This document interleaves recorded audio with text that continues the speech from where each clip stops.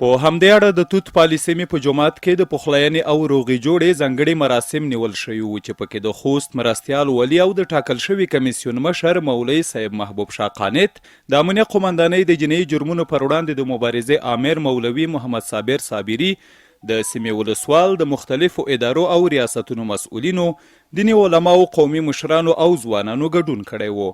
دیني عالم مولوي محمد افسر په خپلو پیلیزو خبرو کې وویل د تیرو 4 میاشتو پرلپسې هڅو او ناستو وروسته د کمیسیون غړي په دې وتوانېدل چې د یادو قومونو ترمنځ د پخلاینې او ورورۍ فضا رامنځته کړي.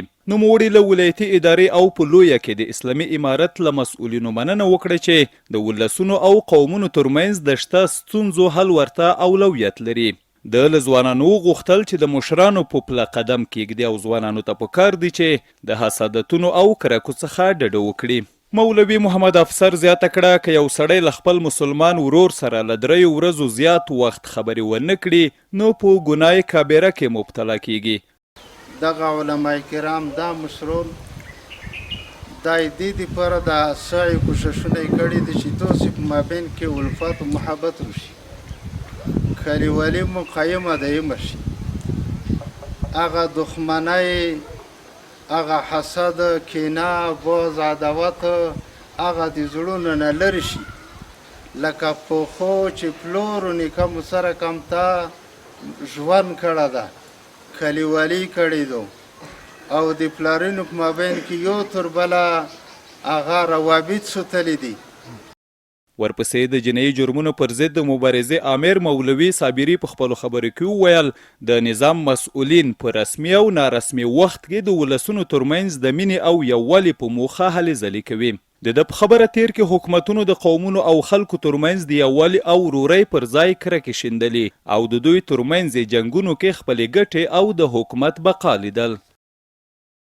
موږ د اسلامي امارت لویه ځانګړتیا دا ده، هغه وایي زه د بې خوبه یم، زه د بې کوره یم، زه د خپل دفتر نه په لارې په غره کې په یو پیزي باندې د خپل قوم سره کینم، خو د دوی په مابین کې دا مشکل حل کوم، دا د دښمنۍ فضا ختموم، د ورورۍ، د مینې او محبت یو فضا رامنځته کوم.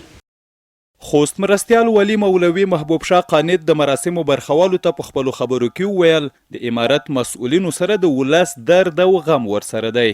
ولایتي اداره له دې خبره شوه چې څو کاله د خلکو زړه بدی او خپلمنځي خفګانونه لرل، نو په همدې اساس یې د یادې شخړې د هواري نیت وکړ. د ښاغلي قانت په خبره قومونو او خلکو امارت سره د اشغال او جهاد په کلونو کې ډېرې ستړیاوې ګاللي او د اسلامي نظام د راتګ او ټینګښت په پارې ګڼې قربانۍ ورکړي.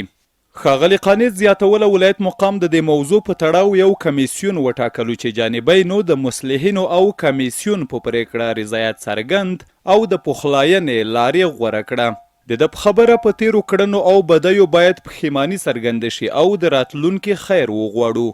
مرستیال والي له یادو قومونو د مننې په څرګندولو خوښي وښوده چې د راتلونکي نسل لپاره یې د روښنایۍ ور پرانیسته او له دې وروسته باید دواړه جانبین د یو او بل د غم په مراسمو کې شراکت وکړي.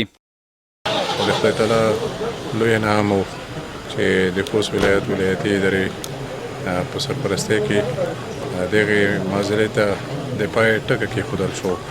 دواړه جانبه هغه چې د دې په مابین کې د مړي ژوندي چې دوی تپنوي ته بندیز وو، نن ورځ مو د دې په مابین کې فیصله وکړله چې آینده به انشاءالله د دوی په مابین کې مړه ژوندی که ما فی سابق لکه سره کم ته چې دوی مخکې ورونو یو تر بله مړي ژوندي ته تلل، آینده به هم همغه رقم ته دوی جریان وي، همغه رقم ته به دوی وروري وي.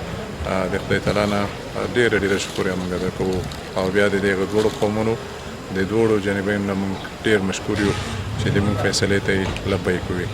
قومي مشر حاجي حنان وویل د دې مشکل د حل په موخه د منګلو قوم او ولسوالۍ اراکینو ترڅنګ نورو قومونو هم ډېرې منډې ترړې وکړې خو پایله یې منفي وه. بالاخره ولایت مقام یو کمیسیون وټاکه او له څو میاشتو را په دې خوا یې ډېرې هڅې وکړې. د له ولایتي ادارې او کمیسیون څخه د قوم په استازیتوب مننه وکړه چې د دوی خپلمنځي مشکلات یې په ښه توګه حل و فصل کړل.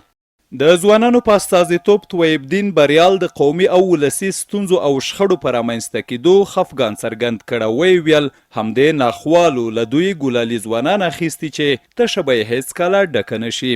د له مشرانو وغوښتل چې شوې پرېکړې ته درناوی وکړي او د تل لپاره یې وپالي. وروسته د دواړو قومونو مشرانو یو بل ته د مینې غېږ ورکړې او ژمنه یې وکړه چې له دې وروسته به د ورورۍ ګډ ژوند پر مخ وړي.